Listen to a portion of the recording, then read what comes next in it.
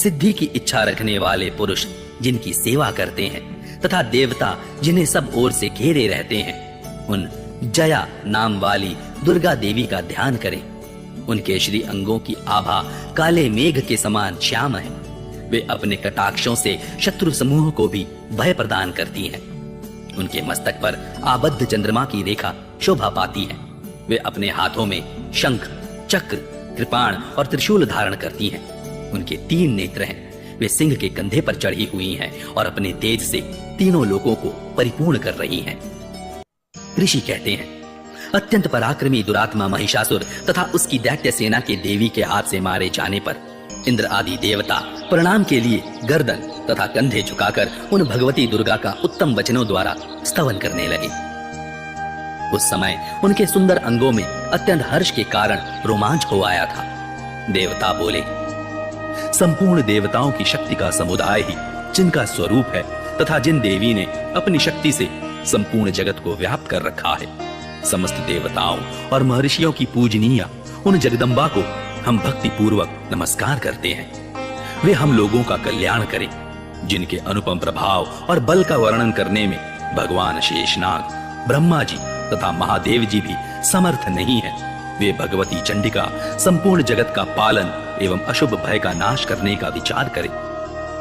जो पुण्यात्माओं के घरों में स्वयं ही लक्ष्मी रूप से, पापियों के यहाँ दरिद्रता रूप से, शुद्ध अंतःकरण वाले पुरुषों के हृदय में बुद्धि रूप से, सत्पुरुषों में श्रद्धा रूप से तथा कुलीन मनुष्य में लज्जा रूप से निवास करती हैं, उन आप भगवती दुर्गा को हम नमस्कार करते हैं। देवी, आप संपूर्ण विश्व का पालन कीजिए। देवी, आपके इस अचिंत्य रूप का, असुरों का नाश करने वाले भारी पराक्रम का तथा समस्त देवताओं और दैत्यों के समक्ष युद्ध में प्रकट किए हुए आपके अद्भुत चरित्रों का हम किस प्रकार वर्णन करें। आप संपूर्ण जगत की उत्पत्ति में कारण हैं। आप में सत्वगुण, रजोगुण और तमोगुण, ये तीनों गुण मौजूद हैं, तो भी दोषों के साथ आपका संसर्ग नहीं जान पड़ता। भगवान विष्णु और महादेव जी आदि देवता भी आपका पार नहीं पाते। आप ही सबका आश्रय हैं। यह समस्त जगत आपका अंशभूत है, क्योंकि आप सबकी आदिभूत अव्याकृता परा प्रकृति है। देवी, संपूर्ण यज्ञों में जिसके उच्चारण से सब देवता तृप्ति लाभ करते हैं, वह स्वाहा आप ही हैं। इसके अतिरिक्त आप पितरों की भी तृप्ति का कारण हैं। अतएव सब लोग आपको स्वधा भी कहते हैं।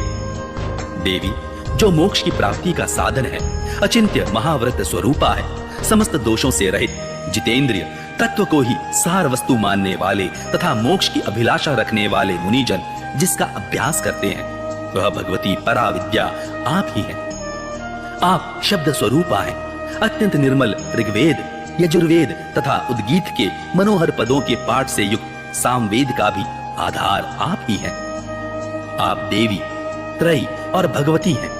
इस विश्व की उत्पत्ति एवं पालन के लिए आप ही वार्ता के रूप में प्रकट हुई हैं। आप संपूर्ण जगत की घोर पीड़ा का नाश करने वाली हैं। देवी, जिससे समस्त शास्त्रों के सार का ज्ञान होता है, वह मेधा शक्ति आप ही है।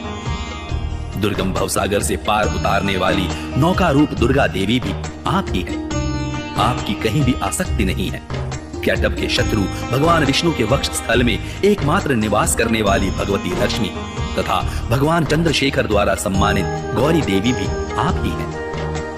आपका मुख मंद मुस्कान से सुशोभित, निर्मल, पूर्ण चंद्रमा के बिंब का अनुकरण करने वाला और उत्तम सुवर्ण की मनोहर कांति से कमनीय है। तो भी उसे देखकर महिषासुर को क्रोध हुआ और सहसा उसने उस पर प्रहार कर दिया। यह बड़े आश्चर्य की बात है। देवी, वही मुख जब क्रोध से युक्त होने पर उदयकाल के चंद्रमा की भांति लाल और तनी हुई भौहों के कारण विकराल हो उठा, तब उसे देखकर जो महिषासुर के प्राण तुरंत नहीं निकल गए, यह उससे भी बढ़कर आश्चर्य की बात है। क्योंकि क्रोध में भरे हुए यमराज को देखकर भला कौन जीवित रह सकता है। देवी, आप प्रसन्न हो। परमात्मा स्वरूपा आपके प्रसन्न होने पर जगत का अभ्युदय होता है और क्रोध में भर जाने पर आप तत्काल ही कितने कुलों का सर्वनाश कर डालती हैं।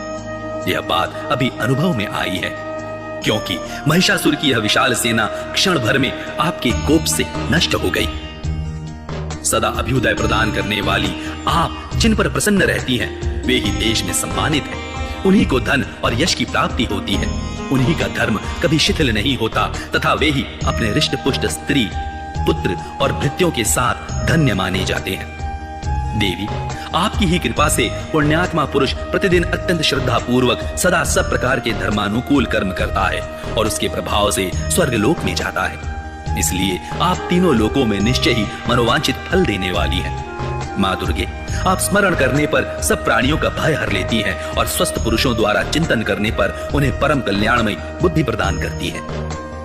दुख, दरिद्रता और भय हरने वाली देवी, आपके सिवा दूसरी कौन है जिसका चित्त सबका उपकार करने के लिए सदा ही दयाद्र रहता हो।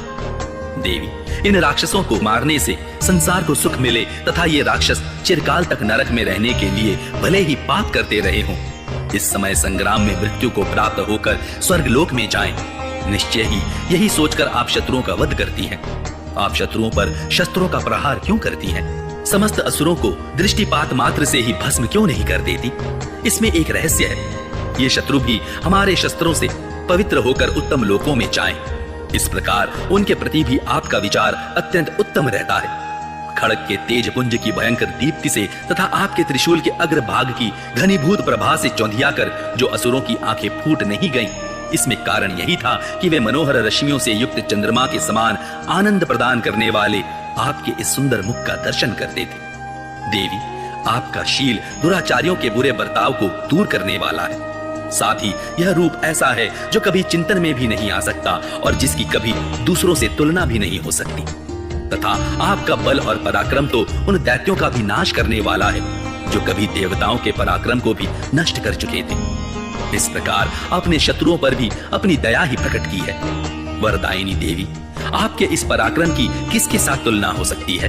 तथा शत्रुओं को भय देने वाला एवं अत्यंत मनोहर ऐसा रूप भी आपके सिवा और कहाँ है?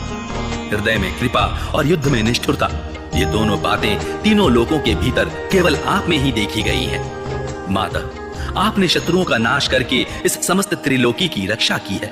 उन शत्रुओं को भी युद्ध भूमि में मारकर स्वर्गलोक में पहुंचाया है तथा उन्मत्त दैत्यों से प्राप्त होने वाले हम लोगों के भय को भी दूर कर दिया है। आपको हमारा नमस्कार है। देवी, आप शूल से हमारी रक्षा करें।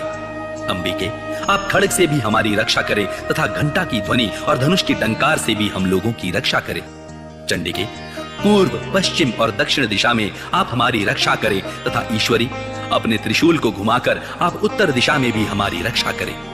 तीनों लोकों में आपके जो परम सुंदर एवं अत्यंत भयंकर रूप विचरते रहते हैं, उनके द्वारा भी आप हमारी तथा इस भूलोक की रक्षा करें। अंबिके, आपके कर पल्लवों में शोभा पाने वाले खड़ग, शूल और गदा आदि जो जो अस्त्र हो, उन सब के द्वारा आप सब ओर से हम लोगों की रक्षा करें। ऋषि कहते हैं, इस प्रकार जब देवताओं ने जगन्माता दुर्गा की स्तुति की और नंदन वन के दिव्य पुष्पों एवं गंध चंदन आदि के द्वारा उनका पूजन किया, फिर सबने मिलकर जब भक्ति पूर्वक दिव्य धूपों की सुगंध निवेदन की, तब देवी ने प्रसन्न वदन होकर प्रणाम करते हुए सब देवताओं से कहा। देवी बोली, देवताओं, तुम सब लोग मुझसे जिस वस्तु की अभिलाषा रखते हो उसे मांगो। देवता बोले, भगवती ने हमारी सब इच्छा पूर्ण कर दी। अब कुछ भी बाकी नहीं है, क्योंकि हमारा यह शत्रु महिषासुर मारा गया। महेश्वरी, इतने पर भी यदि आप हमें और वर देना चाहती हैं, तो हम जब जब आपका स्मरण करें तब तब आप दर्शन देकर हम लोगों के महान संकट दूर कर दिया करें। तथा प्रसन्न मुखी अंबिके, जो मनुष्य इन स्तोत्रों द्वारा आपकी स्तुति करे, उसे वित्त, समृद्धि और वैभव दोनों के साथ ही उसकी धन और स्त्री आदि संपत्ति को भी बढ़ाने के लिए आप सदा हम पर प्रसन्न रहें। ऋषि कहते हैं, राजन, देवताओं ने जब अपने तथा जगत के कल्याण के लिए भद्रकाली देवी को इस प्रकार प्रसन्न किया, तब वे तथास्तु कहकर वहीं अंतर्धान हो गई। भूपाल, इस प्रकार पूर्व काल में तीनों लोकों का हित चाहने वाली देवी जिस प्रकार देवताओं के शरीरों से प्रकट हुई थी, वह सब कथा मैंने कह सुनाई। अब पुनः देवताओं का उपकार करने वाली वे देवी दुष्ट दैत्यों तथा शुंभ निशुंभ का वध करने एवं सब लोगों की रक्षा करने के लिए गौरी देवी के शरीर से जिस प्रकार प्रकट हुई थी, वह सब प्रसंग मेरे मुंह से सुनो। मैं उसका तुमसे यथावत वर्णन करता हूँ।